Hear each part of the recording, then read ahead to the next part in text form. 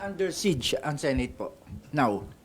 Dahil sa mga criticisms po. No, I think that all government agencies or at least departments from the executive, political ha, kasi hindi naman yung Supreme Court but yung Congress, Senate, national, may crisis sa trust. Kasi nga napaka-massive nitong sa flood control. Tapos it deals with infrastructure eh. Pinakamalaking budget yan, 1 trillion. And then, of course, yung mga lumalabas ng testimony. And then by October 25, 3 months na since sabihin to nung Pangulo, hindi pa malinaw kung sinong kasalit, sinong hindi. At hindi pa malinaw, for example, the very least, linawin naman kung ano yung ghost. Di ba? So far, malinaw na ang ghost massively nandyan sa Bulacan. But even in Bulacan, of the X amount, whether it's 20 billion, 25, 30 billion a year, ilan doon ang ghost at ilan ang hindi ghost, di ba? So the uncertainty, together with pagiging massive, and of course, halo-halo na, di ba yung social media, everyone has the opinion na tama naman, is causing this distrust. At saka napakalaking pera eh. Pero hindi unexpected to kasi from the start, sinabi naman natin to, di ba, na ang mastermind na kumita ng tens of billions, maybe hundreds of billions, guguluhin niya talaga to. So ang task natin sa gobyerno, may that be the Blue Ribbon Committee, ICI, Ombudsman, DOJ, DPWH, lagyan ng order to. Tapos ang pinag-uusapan natin flood control pa lang at saka DPWH. There's so many other issues, agencies na dapat pag-usapan na may issue tayo sa corruption. Sir, do you think, sir, yung pag nalinis o insertion yung sa defense budget, yung tiwala po ng public? No, ibabalik ko sa inyo, di ba? Pag sinabing may massive issue sa lagayan or sa PR or corruption sa media. So pag sinabing sa media, networks yan, dyaryo, radio, regional, etc. Tapos minimize ko. No, I'm only talking about national media. And then naging House, Senate, Congress. The longer it takes to pinpoint, diyan pala sa press corps ng Senate, wala palang involved. Diyan pala sa Malacanang press corps, may 2. Diyan pala sa House press corps, may 3. The sooner na may certainty, yung trust hindi against everyone, yung kawalan ng trust, hindi sa lahat at sa institusyon, di ba? Pero habang everyone sa suspect, and then parang may lumalabas pa na parang may takipan, bababa talaga yung trust. Doble ang problema nun sa Senate. Why? We knew from the start of this administration, may tangkang magkaroon ng People's Initiative at tanggalin ng Senate. So pag bumaksak ang ratings at ang tiwala ng tao sa Senate, not only will you have one less group that will fight corruption, you will also weaken the institution that has so far since 1987 been the guardian of our democratic process. So yun ang problema. Doon ko nahugot yung aking, kasi pinapanood ko yung yung September 21. I really believe every single person who went there sincere, gusto ng pagbabago, transformation, fed up na, galit. Pero makikita mo yung leaders, iba-iba direksyon. Meron resign, pero wag si Marcos. Resign, pero dapat si Sara. Resign, pero si Marcos lang. Walang dapat mag-resign, dapat makulong. So, dun po nag-start ko ma-discern na what if lang, what if? What if the President, the Vice President, lahat ng Senador, lahat ng Congressman mag-resign and then wag tumakbo ng isang cycle? Baka sakaling bumalik yung tiwala at pag may tiwala, dyan papasok talaga yung mas mabilis ang lahat ng ginagawa at gagawin para managot ang dapat managot. Natawa lang ako dun sa mga nagko-comment ng ayaw namin mag-resign kayo, gusto namin makulong kayo. Dun sa mga guilty, pag nag-resign, mas madaling ipakulong, hindi mas mahirap. Kasi yung suspect mo nasa gobyerno lahat ngayon eh. So habang nandun sila sa pwesto, mas mahirap talagang panagutin. At kung ikaw mastermind, mas madali mong guluhin kung mga kapwa mo na sa gobyerno, nakapwesto pa lahat. Sir, how do you respond to mga nagsasabi na kung seryoso po kayo, Pangunahan ko. Payag ako mauna. No problem doon. Will you do it now, sir? Papa-or No, mauna means lahat kami. Walang nagsasabing ikaw mag-isa. Kung mag-isa ako, hindi mangyayari yon. Ang ano natin, national renewal, di ba? So, pag sinabi natin corrupt yung media, lahat tayo mag-resign. May mauna talaga, pero sasabay lahat. Pag isa lang nag-resign, walang mangyayari. Di ba? Ang sinasabi ko, mag-sacrifice tayo, hindi mag-suicide. Gusto nila, ako lang mag-isa. No problem, yun ang gusto nyo. Pero it will not solve the problem. The problem will have new hope if we do it all as a group. Kung gusto nyo mauna ako, basta't may assurance akong susunod kayo. Sen, Diba? tingin niyo po, pag pinangunahan niyo po, walang susunod sa inyo? Tingin ko, sa ngayon lang, kahit sinong mauna, baka nga hindi eh. Suntok sa buwan naman tong proposal na to. But you never know. Minsan tinatamaan ng buwan. Kasi kung hindi, anong alternatives? Coup d'etat, people power. Hopefully, hindi tayo umabot doon. But people are talking about some kind of revolution. I want to talk about transformation and revival instead of people power and instead of revolution. Bakit? Sa mga revolution, you have the communist model, it didn't work. You have the fascist model, it didn't work. You have the people power that did work partially and we're proud of. Pero since then, cyclical pa rin yung ating corruption at palala ng palala. So I don't think an ordinary people power now na umiba lang ang presidente will solve all of this. But how do you operationalize it, Sen? I don't Considering na wala pong No, I batas don't or- need to. Doon nga ako nagtataka sa mga legal luminaries. For example, si Justice Carpio at yung iba, wala daw sa konstitusyon yun. Pareho ba tayong konstitusyon na binabasa? Basahin nyo Article 10, Section 10 ng Article 7. Ang sabi doon, pag nag-design ng Presidente at Vice President, agad-agad magmi-meeting, I think within 3 days, ang Congress. And within 7 days, we have to pass a law na magkaroon ng eleksyon for not earlier than 45 days, not later than 60 days. So doon din nagsasabi ng hindi kaya ng COMELEC agad-agad. Unconstitutional yon pag hindi nila kaya. Kasi nasa konstitusyon eh. Not earlier than 45, not later than 60 days. Yun lang, kailangan pagpasa namin ng batas na yon, nakalagay na rin doon na dapat Senate at House kasama na. So ang question na lang, paano magkaroon ng national commitment to each other and to the nation na yung qualified tumakbo, hindi tumakbo. Kasi kung ikaw si President Marcos, ba't ka papayag kung tatakbo din lang pare-pareho din?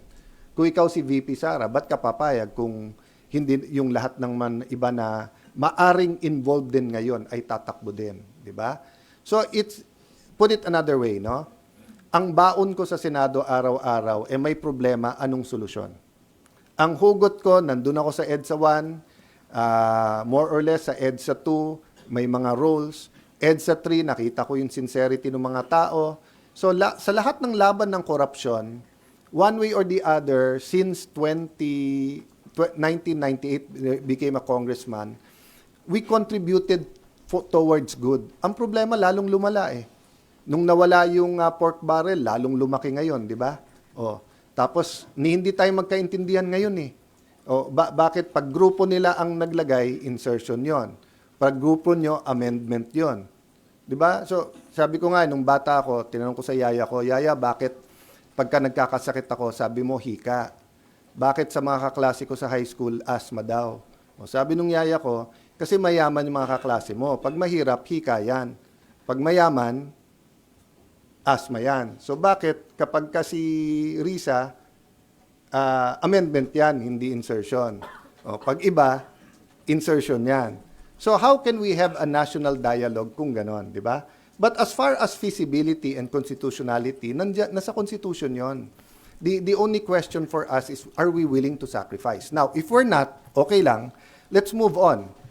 So, what's happening now, parang ang layo pa ng solusyon, parang walang mangyayari, di ba? Ano sabi ni Einstein, keep doing the same thing, expecting different result is stupidity. So I don't believe we're stupid as a people. So we have to find a solution.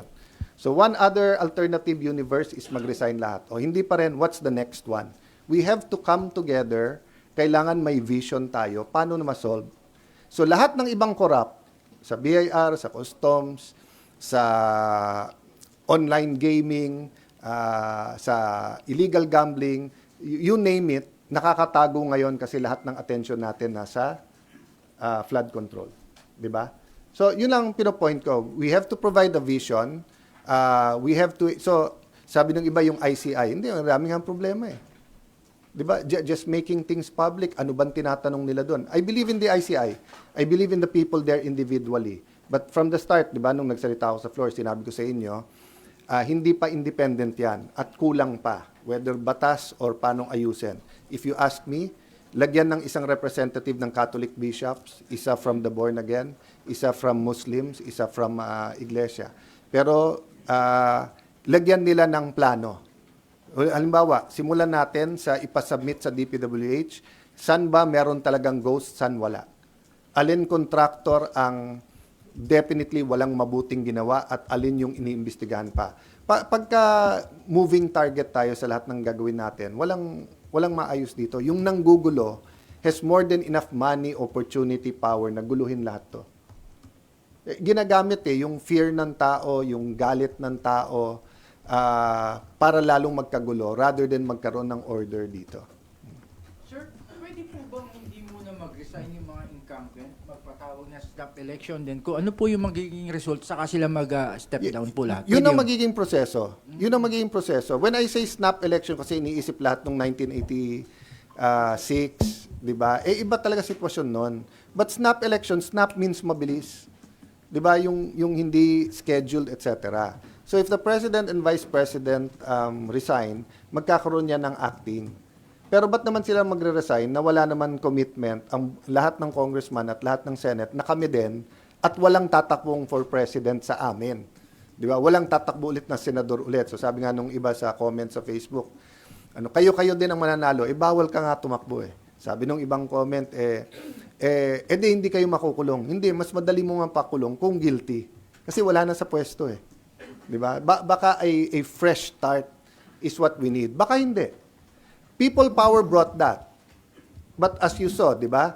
President Cory had to do proclamation number 3 calling for revolutionary government. Nung pinalitan, sabi ng iba, ba't hindi sinama yung mga mayors? Well, unang-una, walang trust issue sa mayors ngayon governors Yung problema sa trust ngayon, DPWH, ang nagdi-deal with DPWH, Senador, Congressman Malacanang, hindi mayors. Most mayors, some mayors have problems, but most mayors are trusted by their constituents. So, going back, President Cory, nung pinalitan ng mga OIC, doon nagkaroon ng malaking problema Di ba?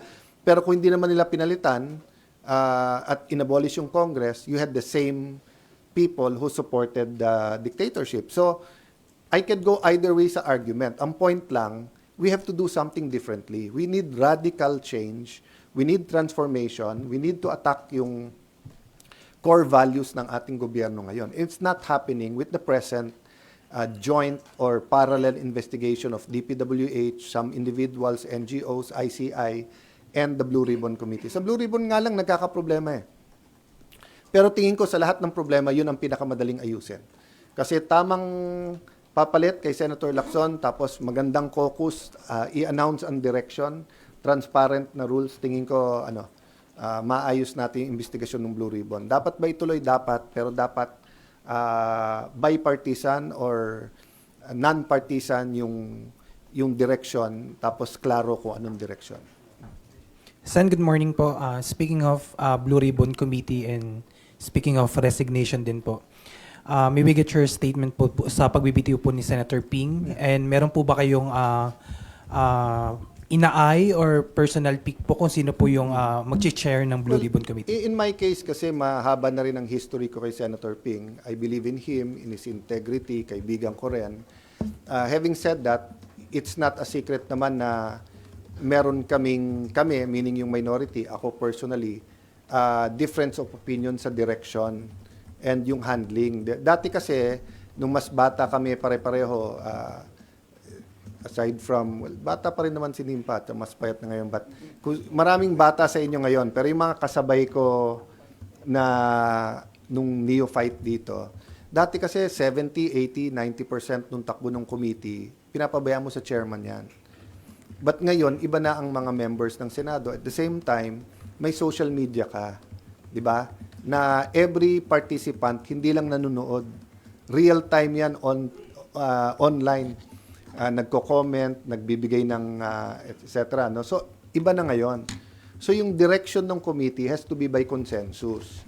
And we disagree na, I agree with Senator Ping na pag nagpapa-interview, opinion mo yon. Pero paano mahahati ng tao yung opinion mo bilang chairman versus yung opinion mo bilang isang senador? Magkaiba yon, di ba? So, personally, hindi ko hiningi o hindi ko inasahan o hindi ko ni-expect na magre-resign. Kasi usually that's fixed through the majority. Pero nung nagkaroon ng media reports, hindi lang media reports, nung sinabi ni Attorney Fortune na may babanggitin pa, dyan biglang nakita ng majority, sandali lang. Pag binanggit, may basis ba? So matagal na namin sinasabi yon. Walang problemang magbanggit sila ng senador. Dapat magbanggit sila. Pero dapat klaro yung basis at tinitignan muna ng committee. Nung sinabing may babanggitin pa, nagbago bigla, nagkagulo. So I'll stop there kasi nga nag-uusap-usap pa sila. But kaming minority, hindi kami nakikilam sa majority. Ang gusto lang namin, pagka may hearing, may session. Para kung hindi kami sang-ayon sa nangyayari sa hearing, meron session kung saan magde-decide kung ano nangyayari. So, but I do believe Senator Soto, the Senate President, is on it. They're talking about it. So, it's too big an issue, too big a committee na hindi namin ayusin as a Senate. Pero sir, satisfied po kayo sa takbo ng investigation po ng Blue Ribbon Committee sa pamumuno po Hindi ako ni Senator satisfied Ping? sa takbo ng lahat ng investigasyon. Kasi sa akin, napakasimple lang. Unahin natin, listahan ng 2025 at 2024, saan ba ang ghost? Bakit pinaka-juicy pero pinaka-magulo din yung Bulacan? Kasi may ghost eh. So napilitan tuloy silang lahat na ikanta na hindi lang sila yon.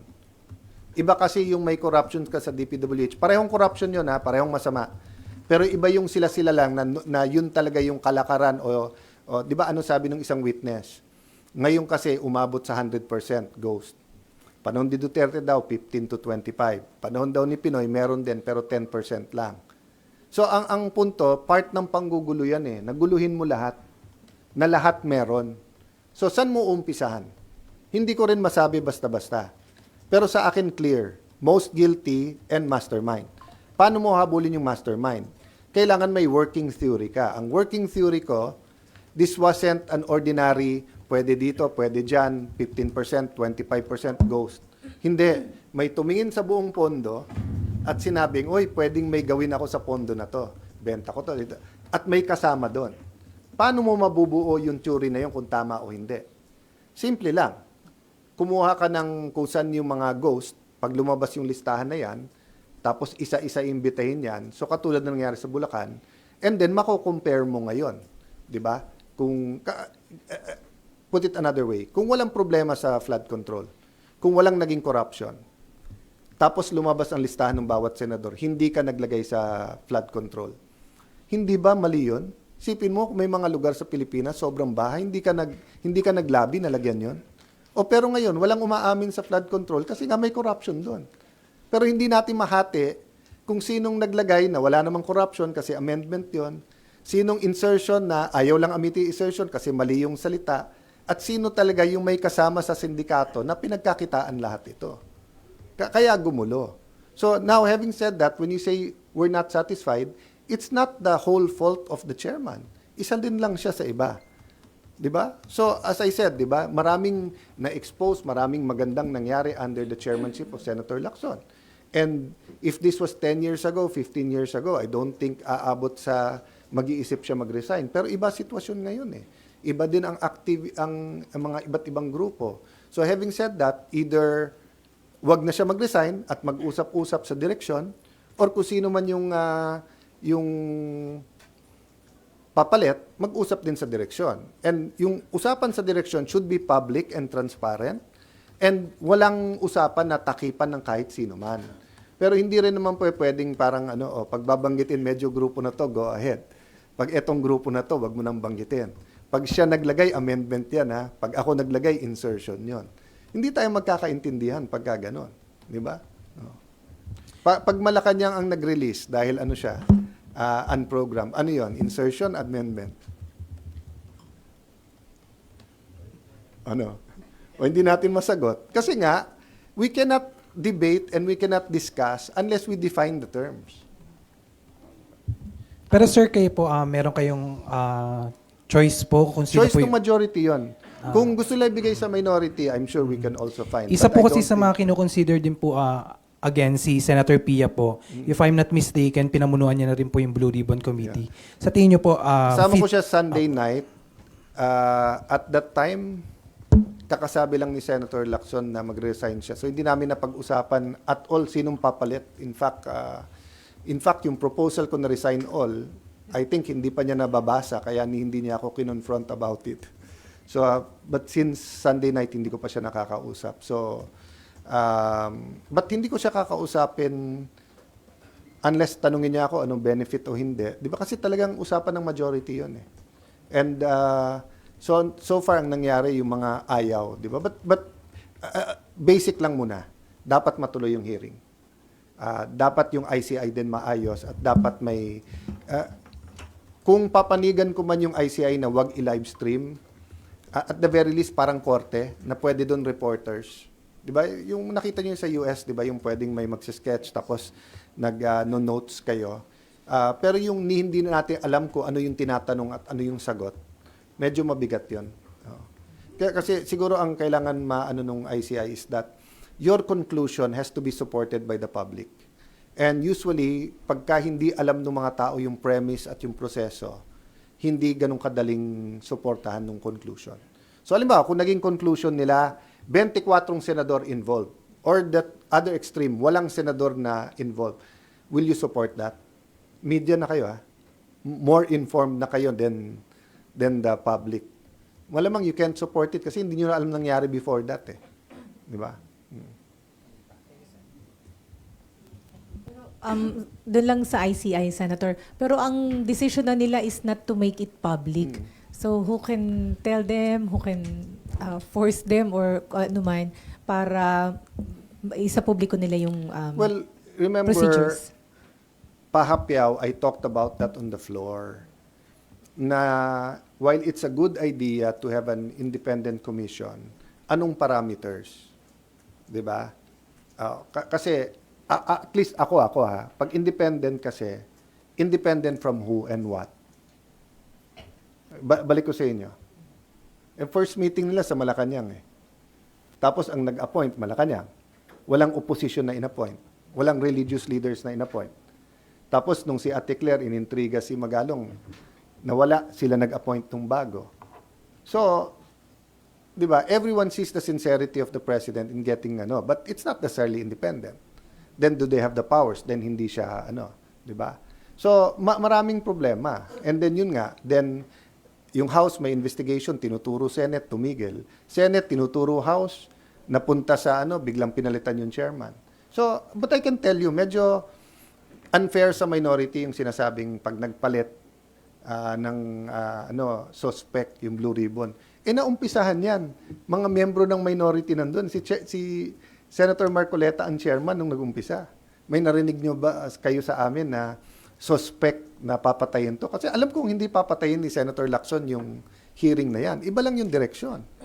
So even if mapunta sa minority or yung minority maging majority, walang papatay ng investigasyon na yan. And yung direction is important in the sense that people will understand. But it's open. Any senator can butt in at any time. That's the nature ng congressional hearings, kaya maganda eh. Di ba? Titigil lahat yan kapag matibay yung batas sa ICI and mapakita nila yung direksyon at mapapakita nilang lumalapit sila, hindi lumalayo. Lahat kasi ng investigasyon ngayon, lumalawak. I will not say that the investigations daw has not been producing fruit. Ang problema nga, hindi natutumbok yung bullseye eh. Yung masterminds with an S. And secondly, yung sistema. Any crime, kailangan may working theory kanyan. Di ba? Yan ba, sabay-sabay na lang na corruption everywhere? Na nagkanya-kanya na lang? O yan ba, may isang mastermind na eto pondo ng gobyerno, paano natin gaganituhin? So wala kayong narinig na ganun, wala tayong narinig ganun eh. 'Di ba? Magkakalinaw 'yan, ilabas lang kaagad yung saan mga lugar. Kasi kung makikita mo nationwide meron biglang ghost lahat, ibang usapan 'yon. Pero let's say 4 na probinsya, kalahati lahat, pati yung percentage ha. So kahit sa Bulacan, hindi naman sinasabing 100% doon ay ghost. Kasi kung 100% ghost doon, edi pila na natin din lahat ng contractor doon. Maraming masasabi yung mga 'yon. 'Di ba? Sir, basta yung sa ICI is open it to kung hindi man buksan sa publiko, at least sa media. More transparency. So, dun sa sinabi nilang ayaw nila i-live stream, sige, assuming hindi na magbabago isipan nila. So, ibalik natin sa kanila. What form of transparency can you offer that will give us enough information that the journey will be together? Hindi kayo lang. Ano bang downside sa Senator nung sa na-closed door siya? Hindi, kasi kahit sinong nag-iimbestiga ngayon, iniimbestigahan din eh. Kaya siyempre, iwas intriga yung, di ba kahit kami naman sa Blue Ribbon kung ginawa naming executive committee at executive session, tapos kami-kami lang, kaya lang, maniniwala ba ang publiko sa mangyayari? Ang kaibahan, hindi naman congressman ng senador na sa ICI, so wala naman silang projects doon. But di ba, yun ang sinabi ko kay Senator Ping noon, nung sinabi niyang hahabulin niya ng taga pag may nagsabing may pondo siya. Sabi ko kasi yung motive or yung pwedeng ibintang sa iyo, hindi lang yung pondo eh. Lahat tayo may interest eh, political interest, economic interest, interest sa atin, and it's not always bad. Di ba? May motivation tayong lahat eh. Kaya ang kakampi natin dito, kayo nga network news network minsan naharas pa na may agenda kayo eh. Di ba? Yung pakayang etong mga political. Sir, isa na lang. So, Yun yung isang suggestion. Will they allow X number of media? Let's say 10, 15 a day. O 5 from TV, 5 from radio, 5 from print, or mas marami sa print. So, for example, the questions they ask. Kung ako, I would crowdsource that. Kasi your answers is only as good as your questions. Senator, isa na lang, magpapalit na nga ang chairman ng Blue Ribbon Committee. So, ano yung hinihingi ninyong guarantee from the minority na Hindi magpapatuloy yung investigation? Hindi kami nakikialam sa affairs ng majority. No? Lahat tong mga rumors, etc. nanggagaling dyan. Nasusutsutan ako ng asawa ko live Sunday night kasi nga sa dami nagte-text sa akin, totoo bang Monday? Wala namang sesyon di ba? So sinabi ko sa Facebook live ko, walang mangyayari Monday. Unang-una wala namang sesyon, di ba? No, so sinabi ko nga doon na sa Friday may mangyayari pero hindi ako si Cheese. Sumigaw ng hoy tapos may sutsut yung asawa ko. Kasi nga, hindi pa niya narinig yung ending. Ang sabi ko, sa Friday, birthday ni Cheese. Kaya siya ang maghahanda. Ako kasi, 28 pa birthday ko. Sa minority, hindi namin pinag-uusapan. Pagka nasa TV, ganyan, may magpo-post, totoo na ba, ganyan? Hindi. Nasa majority yon. Nung humiwalay yung 5, para magsabing independent kami. Ang tagal nyo naman sa Senado, di ba? Kung gusto nila sa minority, di magkasama na kami majority na. Nung humiwalay sila, simple lang ibig sabihin nun. Hindi kami happy, ligawan nyo kami. Or mag-usap tayo. So, hindi kami nakikialam pag ang usapan, purong majority. Pero pag usapan sa Blue Ribbon, usapan ng buong Senado yon. At yun lang pakiusap namin 3 things, di ba? Yung direction, make it joint, di ba? Number 2, let's define the terms and make it fair to everyone. Then, 3, walang takipan. Pero ano yung ating safeguards? Na walang susian na lang dyan na who will say what, di ba? Nung lumabas yung picture kay Senator Ping, I felt for him. But everyone else is the victim of the same thing, di ba? Hindi ako sure, pero as far as I remember, isa po kayo sa mga nabanggit na pwedeng pumalit sa Blue Ribbon Chair. Si Senator Pia. Is that possible? And if in case, possible ang minority. Tatanggapin niyo po. Possible ang minority, but I don't want to be presumptuous. But possible yung minority. In fact, I'll compare, kung bibigay nila sa minority, I'll compare it to a coalition government. Di ba, now and then, pag na-elect ang presidente, pero medyo close yung election, kukuha ka ng mga cabinet members dun sa mga partidong kalaban mo. it's possible. I'm not that sure how comfortable they will be. Di ba? But would you be, if you were If they offer it to the minority, mag-usap kami. And then, sila naman ang mas marami. But until they offer it, hanggang dun lang ako na, ano siya, what they call this, na coalition siya. sa inyo po tatanggapin nyo? I don't even want to go there unless they offer it. Ang hirap isipin, tapos, di ba? Oo. Sen, isa rin po yung sa kudeta sa Senado. Lumalabas din po yung pangalan nyo. Ano pong masasabi nyo No, doon? I'm honored, I'm flattered, daming nagte-text, but I keep telling them, grabe ang problema ng bansa. It's really about the Senate being a salt and light, providing a vision for our people. Right now, kasi the Senate is part of the problem. And it's not the fault of Senator Soto, it's not the fault of Senator Cheese, it's not the fault of Senator Migs. It's just the circumstance. DPWH, Pondo, hindi transparent yung budget, so we're all equally guilty. But the Senate, in the darkest times of our country, always was the salt and light, provided a vision. So it's about providing a vision. Hanggang walang konkretong vision na pwedeng kagatin ng most of the Filipinos rather than grupo-grupo, magiging ganito. And the other reason na may constant talk, kasi nga, siyam kami. So, 4 lang yung kailangan, di ba? Having said that, you would know. Actually, pag pinag-uusapan yan, malamang yan wala eh. Sen, also, there are definitions and scenarios of budget amendments and insertions are being emphasized by some senators, especially, particularly in committee hearings. Kanina narinig ko po si Senator Lauren Legarda, nabanggit niya rin po yung mga insertions. Why is this necessary? Well, because, basic muna ha. Before you had the US type of government, you had the monarchy.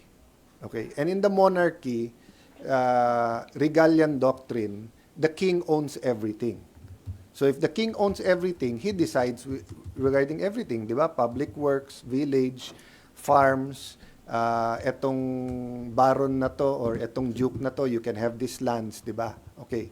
Nagka-revolusyon doon. So nagkaroon ng parliament pero limited sila. Okay? On the other hand, there were parts of the world later on, nagka-forms of government, nagka-fascist or communist takeovers naman, di ba? In all of these examples so far, they were all dictatorships.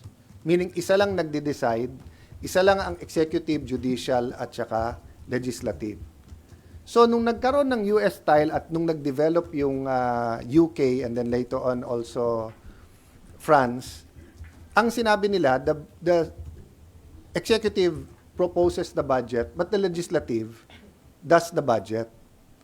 So, ang problema natin, kung sasabihin mo bawal mag-amend or bawal mag-insert, that's a step closer to the dictatorship. Kasi kung ano lang ang bigay ng presidente, and makikita mo, I think there was one ghost project. Basta't may lumabas na sa hearings na hindi insertion yon.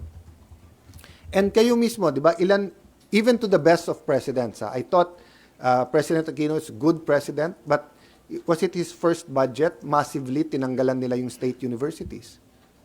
So kung walang amendments, hindi natin matatanggal yon. Okay. Having said that, nagkaroon ng history kung bakit insertion. Kung matatandaan nyo, may PDAF dati at may pork barrel. So, and at that same time, nung bago yung konstitusyon, may Supreme Court case na pwede ba ang pinopose ng House 1 to 5. Ang pinopose ng Senate is 2 to 6. Pwede bang biglang lumabas number 13 sa BICAM? Sabi ng Supreme Court, pwede. Kasi in a sense, it's a third chamber, kahit hindi na pag-usapan sa House at Senate, basta't it's organic to the law. So yung insertion na pag-usapan yan, nung nagkaroon ng time na dun mo ipapasok sa BICAM, kasi in-insert or congressional insertion. And then, most administrations, may tinatawag silang for later release, pero hindi pa ganun yung pangalan. But basically, yung principle is, pag wala sa president's budget yan, huling i-release yan.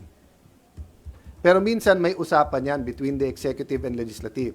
Huwag nyo lang galawin to, eto lang yung galawin nyo, eto lang. Walang for later release yan, sabay-sabay release. So depende sa administration nangyayari yan. Okay. Then you had Senator Lacson, na in earlier days, nagka-project siya, tingin niya may corruption. So sabi niya, never again. Binan na niya sa sarili niya na maglagay sa infrastructure. At nung may PDAF, kahit soft, kahit hard, hindi siya nagtatanggal. Pero nag-amend siya sa budget. So in his eyes, his vocabulary, amendment yon. So, pero pagka, insertion yon. Ang problema, maraming sumunod sa definition niya, tapos inattach sa insertion, na pag in-insertion, may corruption yon. Kaya nga kami sa minority, tinatanong namin, bakit pag lumalabas pangalan nyo sa majority, amendment? Pag lumalabas ang pangalan sa minority, insertion. That's what I'm saying. We have to have same definition if we're going to have a national discussion on the issues. Kung tirahan lang sa politika or batuhan ng putik, okay yan. Pero if we're going to have a national decision, ano yung president's budget na NEP na sila naglagay? Ano yung amendment? Ano yung unprogram? Ano yung et cetera, et cetera, et cetera? Para malinaw. Pero may gugulo nito. Kasi habang ang nagtitirahan kapwa, congressman, kapwa, senator, et cetera, I'm not saying walang guilty sa mga yan. Pero habang hindi na-expose yung mastermind, yan ang play niyan. Guluhin mo na lang sila ng guluhin. Di ba? Kailan na-convict si Miss Napoles ng anti-money laundering? 2 weeks ago? Last week? 2 weeks ago? So more than 10 years. So all the mastermind has to do is iyoyo niya lang lahat to, 'di ba? Hindi niya kailangan yung dribble kikita mo pa yung bola yung ginaganon 'Di ba yung yoyo pataas, pababa, 'di ba?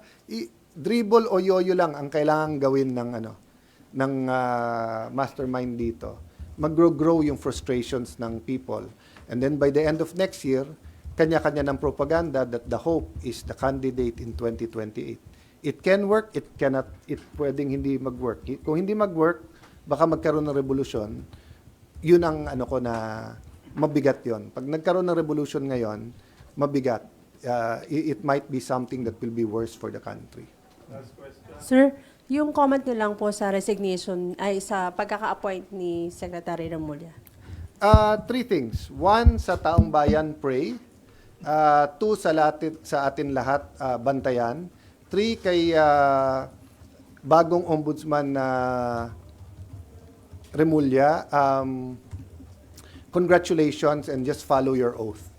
So ako naniniwala lahat ng tao may talent at ang mabigat kasi pagka sa judiciary, COA, ombudsman, once na mag-oath ka, nasa sayo na yun So kung magpapagamit ka sa politika, may grupo ka, may agenda kang sarili, you can do that. But if yung konsensya mo, yung direction mo, pag nandiyan ka na. Di ba, we've seen that in the past. We've seen Supreme Court justices appointed, then they went against the president. Di ba? Kasi sabi nila, sandali lang, pag appointed na. So ako, it's a clean slate for me. Give Boying Remulla a clean slate, then bantayan kung anong gagawin niya. Yes. Sir Mary Monreyes from One News. Balikan ko lang po yung sa kudeta. Nasabi po kasi ni Sen. Aimee, lagi naman daw po yung nagiging topic sa minority. Pero ngayon po ba, walang ligawan ng boto, ng signature po for a change of leadership? Linawin ko lang nagtatanong ngayon One News. Yung una kasing naglabas nung nagkagulo, One TV po yata. One TV. So akala nung lahat, it was a affiliate, di ba? So okay. Walang active na ligawan in the sense nung nilabas ni Senator Lacson yon, I can tell you, wala akong kinakausap. Okay. So, kausap kami ni SP Soto sa phone, I think the other day, about some things lang and et cetera. Sabi nga niya, basta tayo yung friendship para nakakapag-usap tayo.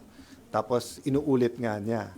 Sabi ko, sabi nga niya, hindi kami actively. Sabi ko, SP, basta't yung majority nyo na sa inyo, minority namin, walang pagbabago. Pag may lilipat. Di ba? So, hindi mahaba usapan namin. But ang point ko is that, in a sense, there's always a ligawan. But in a sense na yung parang kami ni Cheese nung natanggal kasi Senator Migs, parang nasa isang kwarto kami nun. And mabilis nangyari. Parang within 24 hours, tawagan, get the signatures. Obviously sila, nung tinanggal nila si Senator Cheese, obviously that Friday, Saturday na sinasabi ni Ping, something similar. Hindi nangyayari ngayon yon. Ngayon, kung sasabihin mo may ganun-ganun, may kindat-kindat or welcome kayo sa amin, syempre pag nakikita-kita dito, kanya-kanya yan. But hindi kami nag-uusap sa minority na kung meron na sino or kung paano, kung ano. Kasi tingin nga namin, happy pa sila sa majority. And I think we have a role to play in the minority. But usually it doesn't happen when it's noisy kasi nga nagbabantayan eh. But you can't take it away from the supporters of the majority na may social media na mainit silang wag palitan. And you cannot take it away from our supporters, 'di ba, all around the country na gusto na rin silang palitan. So that's the reality there. Sir, dun sa Blue Ribbon lang, ang nakabitin ho kasi doon yung invitation kina Congressman Zaldico and Congressman Martin Romualdez. Are you expecting or are you asking the next chairman na ituloy yung plano na yun? Ipatawag po yung mas dalawang mabigat yung kay former Congressman Zaldico kasi pag hindi pumunta, pwede i-contempt. 'Di ba? Which ginawa din ng House sa ibang mga nag-abroad. Pero kay Speaker Martin kasi it's his option talaga kasi congressman pa rin siya. Whether pupunta siya at hindi, 'di ba? But hindi mauubusan ng mga ganyan argument among the senators na pwedeng in the open, pwedeng sa caucus pag-usapan, but yung direction ang importante. At yung sabi ko nga, dapat definition of terms. Di ba kasi yung na-offend si Senator Marcoleta at yung iba naming member nung sinabing, hindi pa kayo clear. Wala akong problema na tingin ng mga tao guilty o inosente, pero hindi role ng chairman magsabing cleared ka o hindi. Role ng committee yon pag may conclusion na kayo. Pero dapat pa ipatawag, sir, dalawa, Romualdez and Zaldico. Kung ako masusunod, mas magandang humarap sila pareho. Pero yung sinasabi ko, mas madali yung kay former congressman. Kasi nga, hindi na siya congressman eh. So, pag in-invite mo, tapos hindi pumunta, pwede ka na mag-show cause, tapos pwede ka na mag-contempt. Sir, balik ko lang konti doon sa pitch nyo on resign all and snap elections. Yun nga po kasi apparently based on reactions, parang wala pong masyadong Hindi mabenta. So far, si sumusuporta Senator sa inyo. Erwin, pero tinanong lang, may kolatilya lang siya bakit wala yung mayors. Tapos, si Senator Bato, okay daw siya. Someone told me okay si Senator Joel, pero hanggang dun lang. So, kumbaga sa isang produkto, hindi nabenta eh. Unfortunately, kasi I still think it's a good idea. Yun nga po, pero are you, do you acknowledge na it may be an impossible idea and also, meron po mga batikos na parang, ano purpose niyan? Why are you pitching it? Two Baka things. pamumulitika. Okay, one, Go it's ahead, an sir. improbable. It's not impossible. I mean, kailan ka pa mag-iisip mag-cleansing, mag-clean slate? Kapag sinusunog na ang bahay ng mga congressman, senador, or may people power na, or may communist or fascist takeover. So it's just a food for thought now. Number two, ba't ko naisip to? Ganun ako mag-isip na hindi mo pwedeng sabihin, I'm willing to die for my country, I'm willing to sacrifice, etc. So, I don't sacrifice other people. Hindi pwedeng sabihin, alam mo, para mawala ng problema, mag-resign na si President o mag-resign na si Vice. Hindi. Pero I'm willing to volunteer all of us. But the question is, are you willing to volunteer yourself? Kasi I cannot force them naman.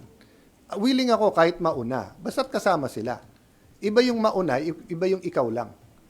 Di ba? And the idea might not be good right now, and if they come up with solutions, yung ICI or Blue Ribbon, baka baliwala na tong idea na to. Pero pagka hindi nagkaroon ng solusyon tong sa corruption, tapos lalong lumitaw yung napakarami pa,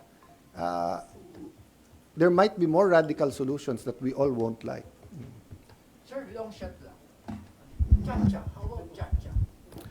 Change of type of government. We have to have change. Baka mas No, so we have to have change of values eh. Yung chacha, meron nagtutulak niyan pero pabor sa kanila. Eventually, you do need charter change. There are things in our charter that needs change, but charter change cannot address corruption eh. Kasi it's not the system of government, it's the system of values, yung character, yung paniniwala, yung identity natin.